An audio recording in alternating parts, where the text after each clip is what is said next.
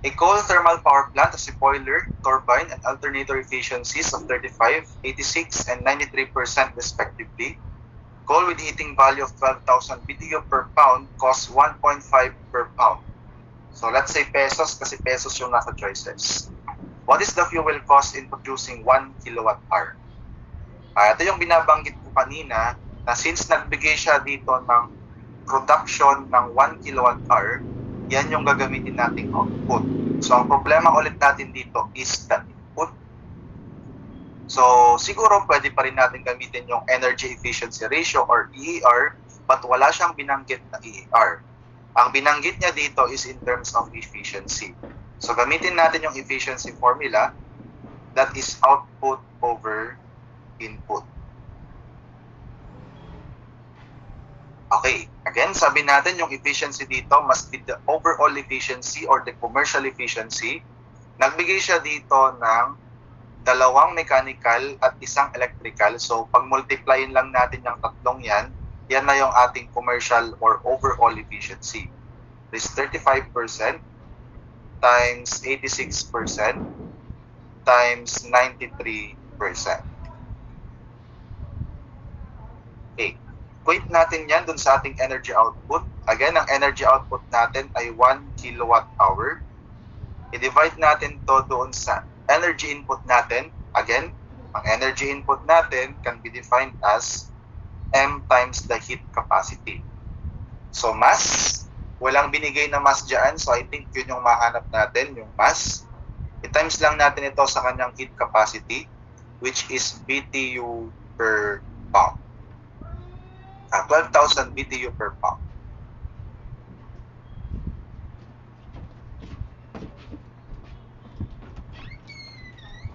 Again, kailangan maging unitless yan or unit consistent. Convert lang natin ulit yung BTU papuntang kilowatt hour. Gamitin na lang natin yung conversion natin dito. So use this conversion.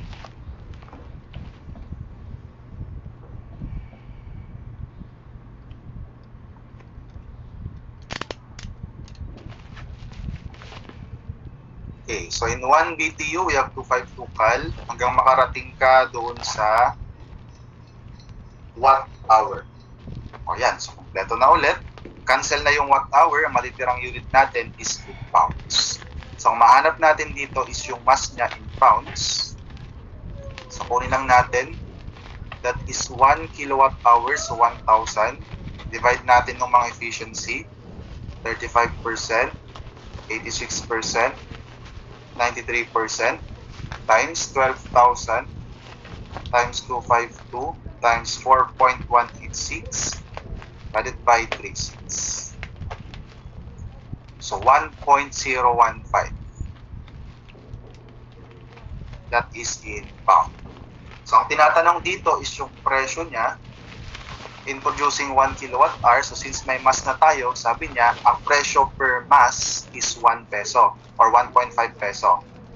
So simply, ang cost natin, i-multiply mo lang yung presyo niya na 1.5 peso per pound doon sa mass natin. Ito yung kailangan nating mass, 1.015 pound to produce 1 kilowatt hour. So, yan na yung kanyang cost per kilowatt hour. Simply multiply this by 1.5. Okay, that is equal to 1.52 pesos per kilowatt hour.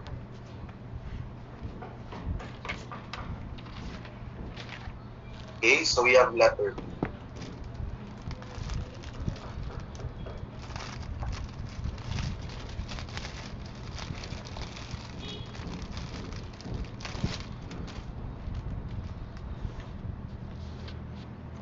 Okay, next number 27.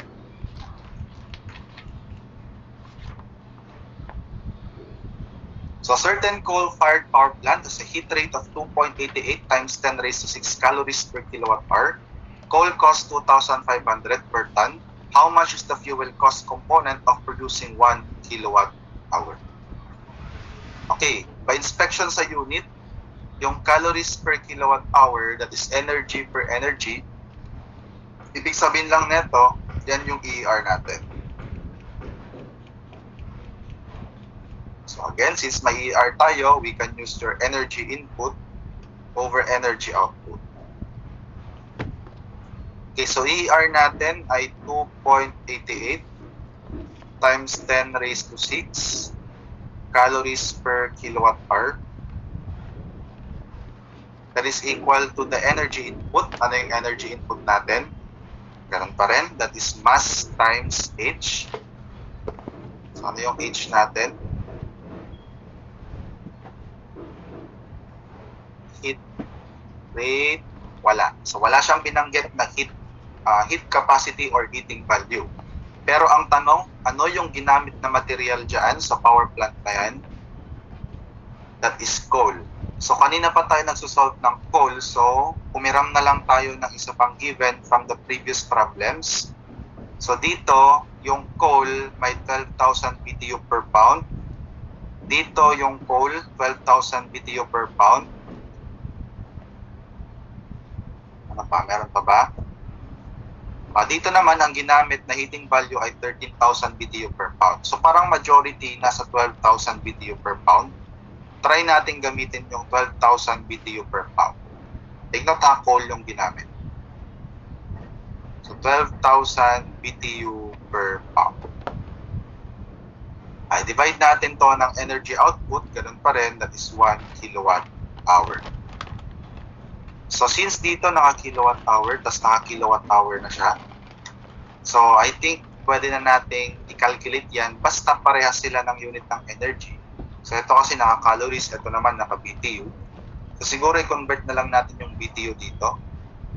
So in 1 BTU, we have 252 calories. So cancel yung BTU dito, and then matitira dito is in terms of pounds. Kasi magka-cancel din yung calories tsaka kilowatt hour. Okay. So what is our mass? So divide lang natin. That is 2.88 times 10 raised to 6. Divide natin yan ng 12,000 and 252. We have 0.952 ng unit niya, naka-pounds. So ang tinatanong dito is the cost. So ganun pa rin, para mahanap yung cost, kailangan natin yung cost niya per, ano bang nakalagay dito? Naka-per ton siya. So ang cost niya ay 2,500 pesos per ton. So i-convert na lang siguro natin yung pounds to ton or ton to pounds. So in 1 ton, ano yung ginagamit nating conversion? So in 1 ton, we have, ano yung ginamit natin dati sa may tawag nito? May ginamit ata tayo sa integral dati. In 1 ton, we have 2,000 pounds. Tama ba? Pero eksakto natin yung metric ton. Pwede natin gamitin yung ton to kilogram, tapos kilogram to pounds, which is equal to, in 1 ton, we have 2,200 pounds. Tama? Kasi in 1 kilogram, we have 2.2 pounds. Then in 1 metric ton, we have 1,000 kilograms. So we have 2.2 kilopounds. So 2,200 pounds nga. So times lang natin yan nung nakuha nating mass, 0.952 pounds. So ayan, pwede mo nang makuha yung cost. So eto times 2.5, divide lang natin ng 2.2. So we have 1.08 pesos. So choose the nearest answer. That is 1 peso.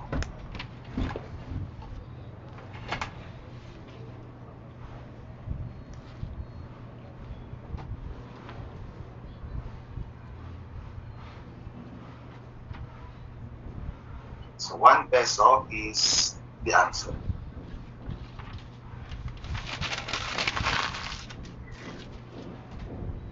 Okay, next number tayo, number 28. A power station has a load cycle as under. So we have here 260 megawatts for 6 hours. 200 megawatts at 260 megawatts for 6 hours, 200 megawatts for 8 hours, 160 megawatts for 4 hours, and 100 megawatts for 6 hours. If the power station is equipped with 4 sets, parang familiar yung problem. Ito yung problem kanina. Pero this time, calculate the daily fuel requirement if the calorific value of the oil used were 10,000 kilocalories per kilogram and the average heat rate of the station were 2,860 kilocalories per kilowatt hour. Okay, so since sinahanap dito yung daily fuel requirement, tapos kung titignan yung unit natin naka-tons, mukhang hinahanap dito is yung mass. So paano ba ulit tayo maghanap? May binigay ba siyang ER? Yes, the heat rate. The heat rate is our ER, so we have 2,860. That is in kilocalories per kilowatt hour. So kilocalories per kilowatt hour. Equate lang natin yan since ER is equal to input over output energy. What is our energy input? Yung energy input natin, that is equal to M times H. Ano yung mass natin? Ano yung unknown? Ano yung heat rate?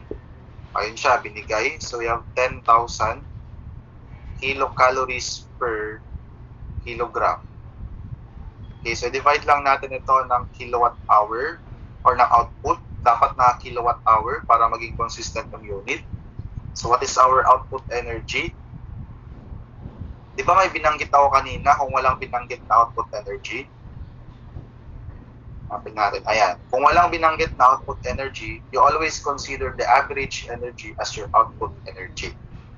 So from here, hanapin lang ulit natin yung average energy by adding all of the power under this load cycle.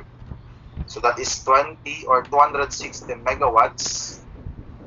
Yung pang power times natin dun sa number of hours operation para maging in terms of energy unit. So times 6 hours, then plus 200 megawatts times 8 hours plus 160 megawatts for 4 hours plus 100 megawatts for 6 hours. So okay na yung unit, tama? Naka-kilowatt dito, kilowatt hour. Ito naman megawatt hour. So again, huwag kakalimutang mag-times ng 1,000 later on dito. Ito naman, cancel na yung kilocalories. Kilogram yung unit, pero may ton tayo dito sa choices. So we need to convert this one. Gawin natin siyang in terms of ton. So in 1 ton, binanggit ko na kanina, we have 1,000 kilograms. O, ayan. So, pwede na. The mass is equal to 2,860. Per kilowatt yun na. So, ito, mag-times na ng 1,000 dito. So, times 260 times 6 plus 200 times 8 plus 160 times 4 plus 6 times 100. Then, times 1,000. Divide natin yan ng 10,000 times 1,000. Okay, so we have 1258.4 eksakto.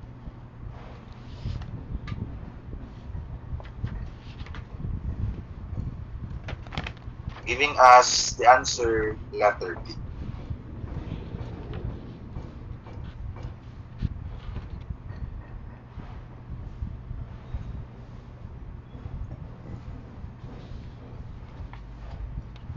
Okay, next number. So, last 3 yata tayo. Last 3 calculations. Tapos yung iba objective na.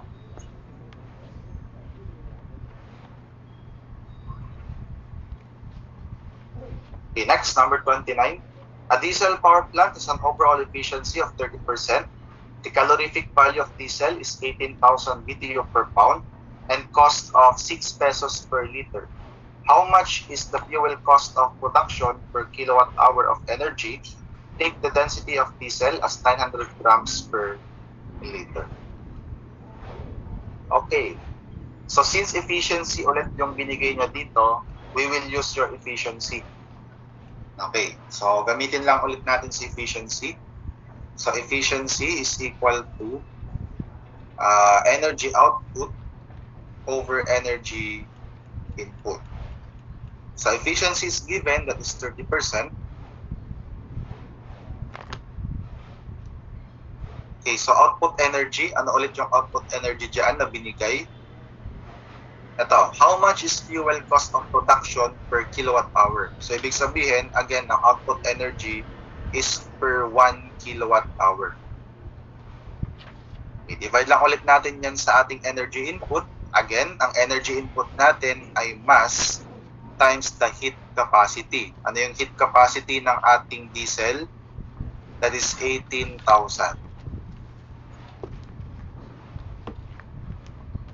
That is in BTU per pound. So, ganun pa rin, we need to convert this one. Yung BTU, gawin lang natin siyang in terms of watt hour. So, yan pa rin, i-multiply natin siya dun sa same kanina para maging watt hour. Then, mahanap natin yung mass dito. So, ano yung unit ng ano natin, ng mass? Naka-pounds. Okay, so kunin ko lang yung mass. That is 1 kilowatt divided by 0.3 times 18,000 times 252 times 4.186 then divided by 36. So yung mass natin dyan ay 0.632 pounds.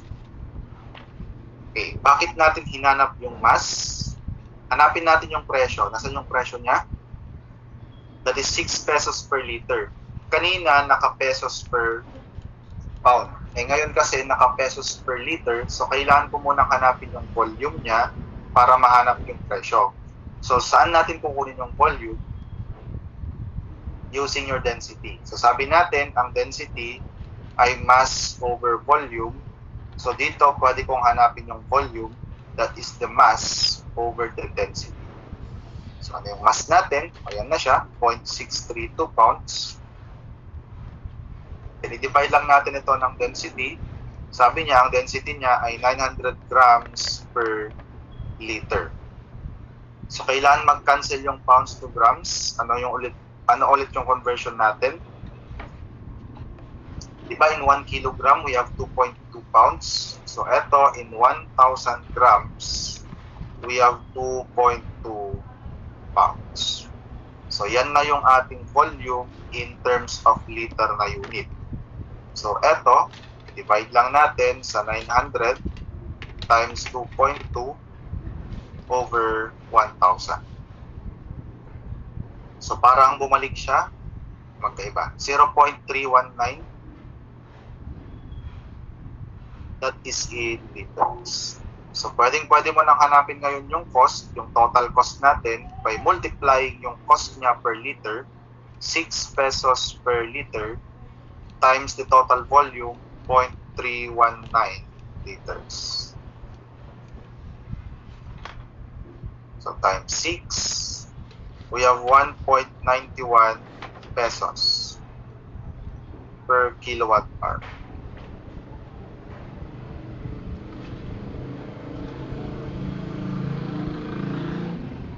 Okay, and that is letter A.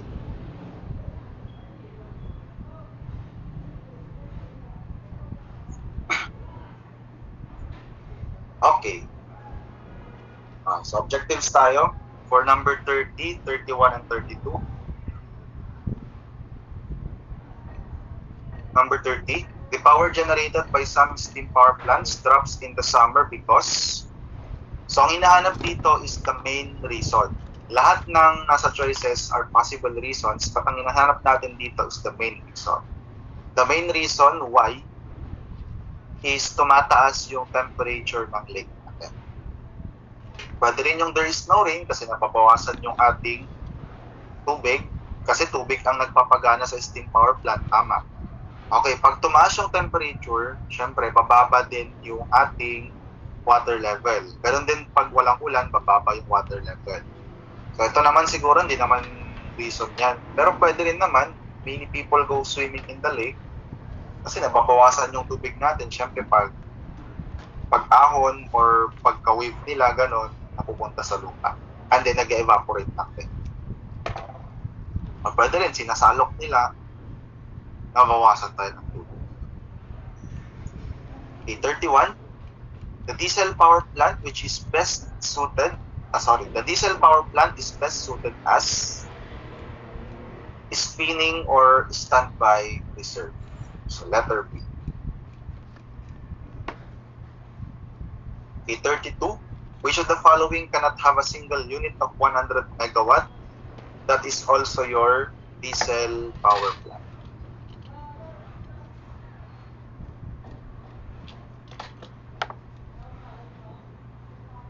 Okay. Next number, last two numbers. Sakto, malolobat na rin ako. Number 33. A wind generator with an efficiency of 80% has a blade diameter of 20 meters.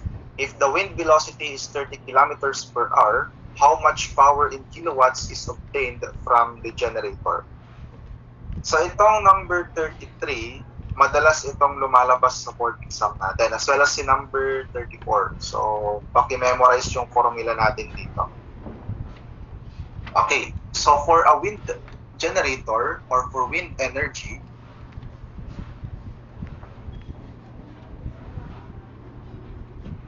kung nag-thesis ka noon nung college ng wind generator, siguro alam mo yung formulang ito. So ito yung formula natin. The input energy is equal to 0.00246 diameter squared times V cube. Okay, yung power natin dito, syempre power input yan. Ang unit niya is in watts. Ito naman si D, this is our blade diameter. Ang unit ng blade diameter natin ay dapat naka-feet. Then V naman natin dito is the wind velocity. So ang unit dapat ng wind velocity natin naka miles per hour or mph. So based from the formula, the power is directly proportional to your blade diameter and the velocity of the wind. So kung mas mabilis yung hangin, mas malakas, mas malaki yung windmill mo, for example, mas malaki yung power. Yun nga lang, mas mahal naman yung mga gamitin mong materials. Tsaka mas mahal ang maintenance kung masyadong malalaki yung mga blade diameter. Okay, so from here, nagbigay siya ng efficiency at ang tinatanong is the power in kilowatts obtained from the generator. Output yung hinahanap natin dito. The power output. So again, power output with respect to power input is naka-multiply ng efficiency. So from here, pwede mo na siyang isolve.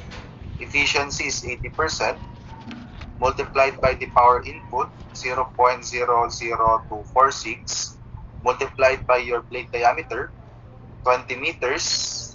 Pero sabi sa formula, dapat naka-feet. So in 1 meter, we have 3.28 feet.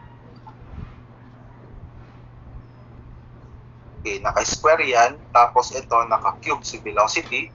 Velocity is naka-30 kilometers per hour. So, i-convert lang natin yung mile or yung kilometer to mile.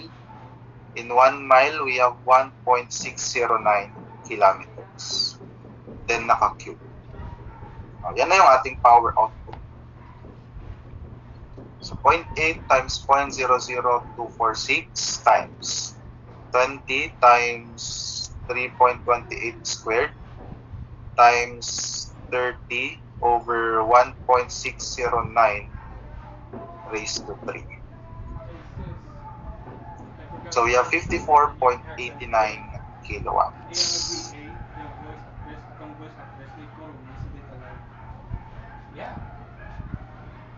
So we have letters. Kay engineers, itong problem na to, lumabas na rin to ng previous board exams. Sabi ko nga kanina, madalas lumalabas to.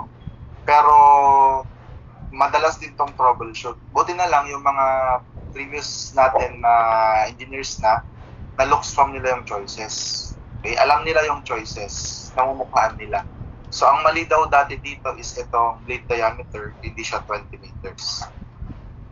Iba yung binigay ng board diameter, pero same yung choices. Okay? Hindi siya 20, siguro mga 15 or 35, basta hindi siya malapit sa 20. So, mahirap siyang i-troubleshoot kung sakali. Pero buti daw na mukhaan nila yung choices, kaya nakuha nila yung tamang sagot. Okay? And last number tayo, number 34. The maximum tidal head available for a proposed power plant is 7 meters. What must be the area of the tidal bay in square kilometer to generate an average 1,200 megawatts of power? So ito naman, using your tidal energy to harness power. Pag sinabi nating tidal energy, yun yung mga waves natin, syempre sa dagat. Okay, so for tidal energy, use this formula. The power is equal to 0.219 times A times H squared. So again, yung P dito is in power, but ang kanyang unit ay naka-megawatts. Yung A naman dito is the effective area. Ang unit ng area dito ay naka-square kilometers. At yung H naman dito, yan yung ating head pa rin. And ang unit nito is dapat naka-meters. Okay, so kung titignan natin yung problem, ayun na, may power na siya. So the power is already 1,200 megawatts. So eto, ilagay na lang natin siya as 1,200. That is equal to 0.219 times unknown yung area times yung head is given 7 meters square. So automatic yung A dyan ay naka-square kilometers.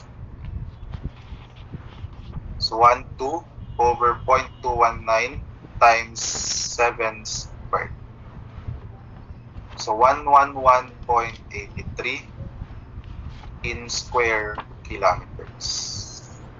Giving us letter D as our answer, 112 square kilometers. Number 6 to 9.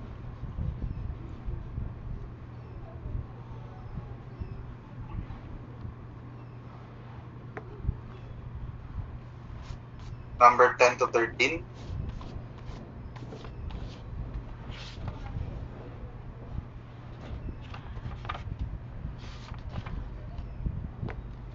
Number 14 to 17.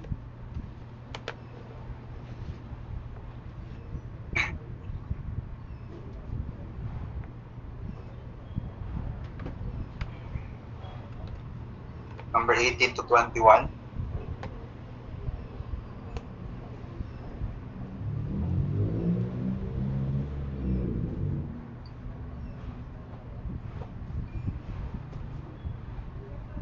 Number 22 to 25.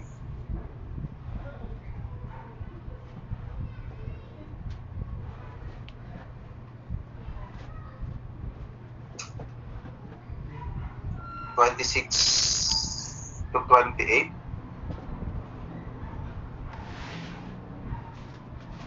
And this is for number 29 hanggang sa last number.